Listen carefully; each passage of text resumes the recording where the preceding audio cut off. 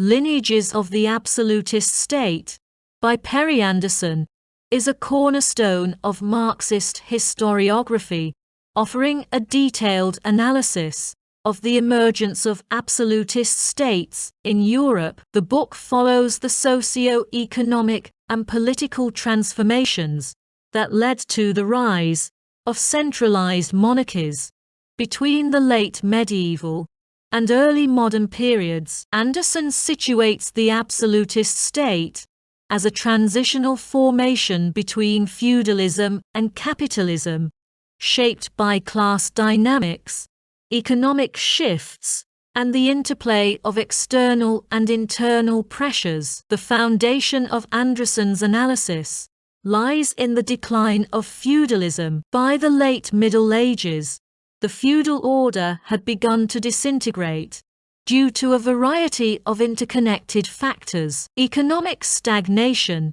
demographic crises such as the Black Death, and peasant revolts destabilized the feudal economy, which relied on agricultural production and serf labor. The revival of trade, urbanization, and the development of a market economy further eroded the traditional manorial system. These changes created tensions within the feudal class structure, as both lords and peasants sought to adapt to the shifting economic landscape. In this context of feudal decline, Anderson argues, the absolutist state emerged as a means of preserving class power. It was not, as some interpretations suggest, a purely modern or revolutionary institution, but a mechanism for reorganizing and consolidating the interests of the ruling classes. Absolutism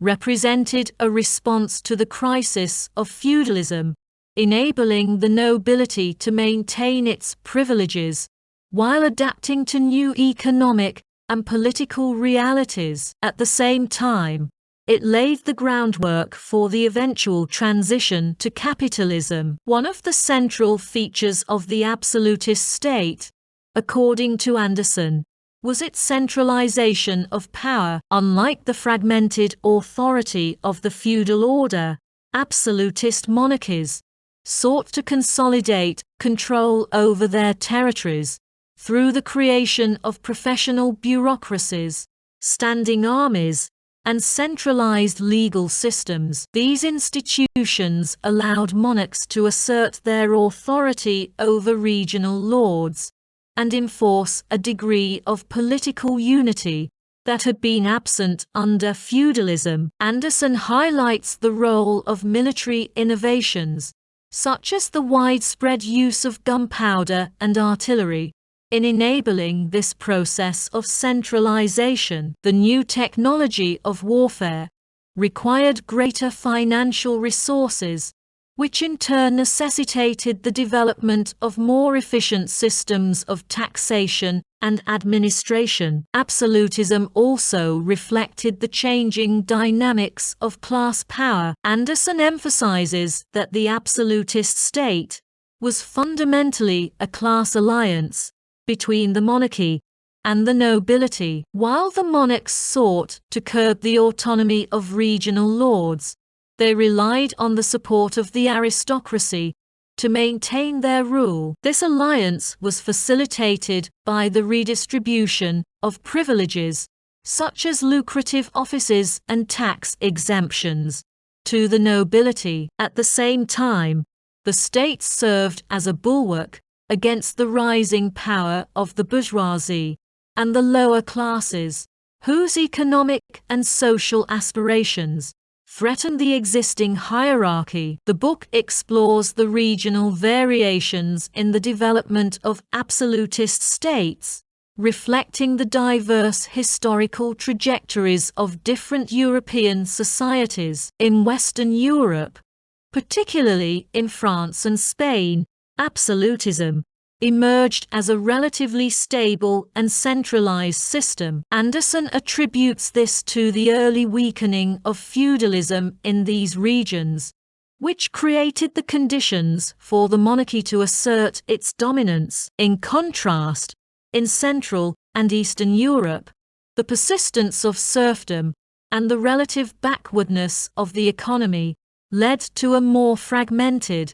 and less centralized form of absolutism. Anderson discusses examples, such as the Habsburg Empire and Prussia, where the nobility retained significant autonomy and influence over the state. One of the most striking aspects of Anderson's analysis is his treatment of England as an exception to the general pattern of absolutism. In England, the early consolidation of the monarchy under the Tudors gave way to a unique form of capitalist development, marked by the Civil War and the Glorious Revolution. Anderson argues that the strength of the English bourgeoisie and its alliance with segments of the landed gentry prevented the emergence of a full-fledged absolutist state. Instead, England became a pioneer of capitalist transformation,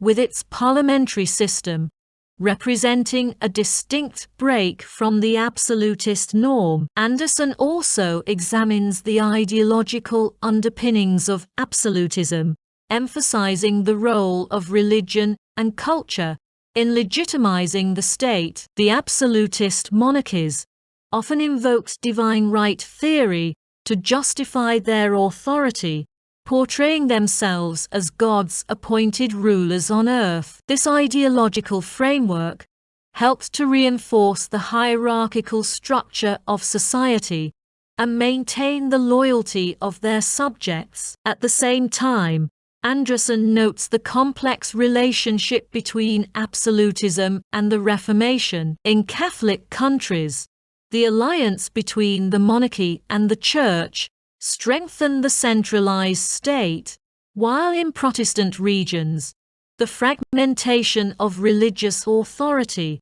posed challenges to political unity. A critical theme in Lineages of the Absolutist State is the interplay between domestic and international factors in shaping the development of absolutism. Anderson emphasizes the importance of external pressures, such as military competition and colonial expansion, in driving the centralization of power. The need to finance wars and maintain standing armies placed significant demands on the state, leading to the development of more efficient systems of taxation and administration. At the same time, colonial ventures provided new sources of wealth and opportunities for economic growth, reinforcing the power of the monarchy and the ruling classes. Despite its achievements in centralization and state building, Anderson argues that the absolutist state was ultimately a transitional formation. Its reliance on agrarian economies and its failure to fully integrate the bourgeoisie into the political system limited its long-term viability. The contradictions within absolutism, particularly the tensions between the monarchy, the nobility, and the emerging bourgeoisie, created the conditions for its eventual decline. The rise of capitalism and the spread of bourgeois revolutions, such as the French Revolution, marked the end of the absolutist era and the beginning of modernity. Throughout the book, Anderson's analysis is deeply informed by Marxist theory, particularly the concepts of historical materialism and class struggle. He situates the development of absolutism